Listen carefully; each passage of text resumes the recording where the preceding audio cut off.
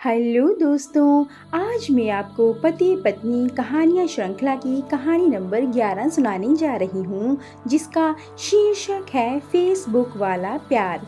तो आइए कहानी की शुरुआत करते हैं, पर इसके पहले कृपया वीडियो को लाइक, शेयर और चैनल को सब्सक्राइब करना ना भूलें। तंग आ गया हूँ तुम्हारी रोज रोज की चिक चिक से। जब देखो ताने देती रहती हो या किसी न किसी बात पर लड़ती रहती हो। कुछ कहो तो मुंह फुलाकर बैठ जाती हो या खाना नहीं बनाती हो। हद होती है हर बात की। सूरज गुस्से से फ्लावर वाज पटकते हुए चिल्लाए, तो मैं ही कौन सा खुश हूँ तुमसे। जब से शादी हुई है तुम्हारी कुंठाओं और हीन भावना को झेल रही हूँ। तुमसे ज़्यादा पढ़ी लिखी हूँ और ज़्यादा कमाती हूँ, तो इसमें मेरा क्या दोष है। कोमल चिल्लाई, शादी से पहले तो ये सब तुम्हें मेरी क्वालिफिकेशन लगती थी और अब तुम्हें इन्हीं बातों से कॉम्प्लेक्स होता है। तुम्हारा फॉल्स ईगो हमारे रिश्ते को कभी पनपने नहीं देगा। कोमल भी उतनी ही तीव्रता से चिल्लाई। हालांकि उसकी आंखें नम हो गई थी। वह उस दिन को कोस रही थी जब मम्मी पापा के कहने पर उसने सूरज से शादी करने की स्वीकृति दी थी। वह जानती थी कि उसका ज़्यादा क्वालिफाई होना और ज़्यादा कमाना दोनों ही बातें एक दिन सूरज के मेल ईगो को हर्ट करेंगी और इससे उनके वैवाहिक रिश्ते पर आंच आ सकती है। पर पापा ने उसे समझाया था कि सूरज बहुत ही सुलझा हुआ और मैच्योर इंसान है। ऐसा कभी नहीं होगा। खाक, मैच्योर और सुलझा हुआ इंसान है। कोमल ने सोचा। खुश नहीं हो तो क्यों रह रही हो मेरे साथ? किसने तुम्हें जबरदस्ती रोका हुआ है? तुम्हारी जैसी बद दिमाग औरत के साथ रहना भी कौन चाहता है? जब से शादी हुई है मैं ही कौन सा खुश हूँ। और बात में अपनी चलाती हो। गुस्सा तो हमेशा नाक पर रखा रहता है। मेरे घर वालों से ही कौन सा बहुत अच्छे से पेश आती हो। सूरज बोलते ही जा रहे थे। वैसे इस तरह की लड़ाई होना कोई नई बात नहीं थी। शादी के 4 साल हो गए थे और हर रोज ही किसी ना किसी बात पर उनकी बहस या लड़ाई हो जाती थी। ऐसा लगता था मानो एक दूसरे के लिए बने ही नहीं हैं। अपने घर वालों की बात मत करो, एकदम जाहिल लोग हैं। हर बात पर टोकते हैं। नौकरी करती हूँ तो आने में देर भी हो जाती है। बस तुम्हारी माँ के सवालों की बौछार शुरू हो जाती है। इतने ही दकियानूसी हो तो नौकरी वाली बहू लानी ही नहीं चाहिए थी।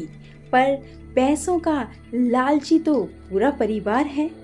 यह सुन सूरज का हाथ कोमल पर उठने वाला था कि उसका रौद्र रूप देख वो रुक गए।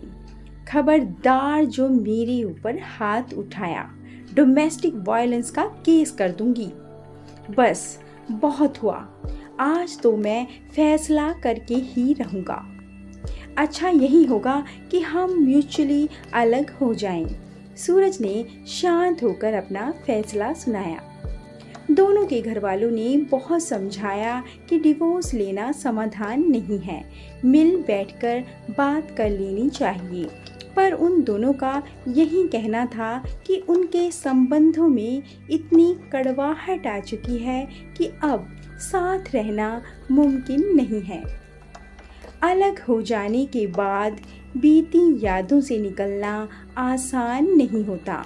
कड़वाहट के साथ साथ कुछ प्यार भरे पल भी दोनों को टीस देते हैं, लेकिन वक्त के साथ नए सिरे से ज़िंदगी शुरू करना भी ज़रूरी होता है, वरना इंसान के लिए खुद को समेटना मुश्किल हो जाता है। कोमल को उसकी फ्रेंड्स ने आइडिया दिया कि वह अपने नाम का फेसबुक अकाउंट बंद कर नई पहचान से अकाउंट बना ले, ताकि सूरज उसे किसी भी तरह से तंग ना कर सके। उसने अपनी फ्रेंड लिस्ट से भी उसे ब्लॉक कर दिया। कोमल चाहती थी कि वह उस शहर को ही छोड़ दे, पर चाहकर भी वह अपना ट्रांसफ़र दूसरे शहर में नहीं करवा पाई। 1 साल हो गया था उन्हें एक दूसरे से अलग हुए और कोमल को महसूस हो रहा था कि उसे जैसे उसका प्यार मिल गया है। फेसबुक पर ही दोस्ती हुई थी उसकी समीर से। समीर चैट करते हुए उसे हमेशा लगता कि वही उसके लिए परफेक्ट साथी है। कितनी अच्छी सोच थी उसकी। तुम कितनी टैलेंटेड हो और इतनी बड़ी पोस्ट पर होने के बावजूद एकदम डाउन टू अर्थ हो।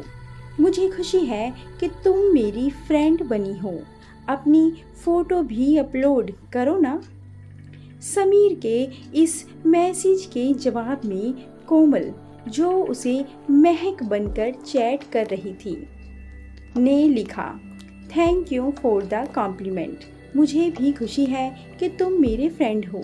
फ़ोटो अपलोड करने का अभी टाइम नहीं आया है, थोड़ा इंतज़ार करो।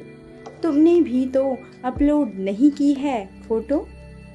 जब भी समय मिलता दोनों फेसबुक पर चैट करते, एक दूसरे की पसंद नापसंद, आदतें और शौक दोनों अच्छी तरह से जान गए। यहाँ तक कि एक दूसरे की राय भी वे लेने लगे थे। मुझे तो लगता है महक कि तुम्हारे पास हर समस्या का समाधान होता है, एकदम परफेक्ट सॉल्यूशन देती हो। समीर के कमेंट पर वह स्माइली भेज देती है। वह अक्सर सोचती कि कितना फ़र्क है सूरज और समीर की सोच में। सूरज को लगता था कि वह केवल समस्या पैदा करना जानती है, सॉल्यूशन ढूंढना नहीं, और समीर है कि उसे उसकी हर बात अच्छी लगती है। सूरज ने कभी उसकी तारीफ तक नहीं की थी, हमेशा उसमें कमियां ही निकालता रहता था। शादी के बाद उसे केवल इसी में इंटरेस्ट रहा कि वह कितना कमाती है। महीना शुरू होते ही वह उसका वेतन मांगना शुरू कर देता था। वह सूरज से प्यार चाहती थी, पर शायद उसे प्यार का मतलब तक पता नहीं था। ना कभी हंसता था, ना ही खुश रहता था। उसके लिए तो खड़ूस शब्द ही एकदम उपयुक्त है। पर वह क्यों सोच रही है उसके बारे में? सूरज ना सही, पर उसने तो उसके करीब जाने की कोशिश की थी।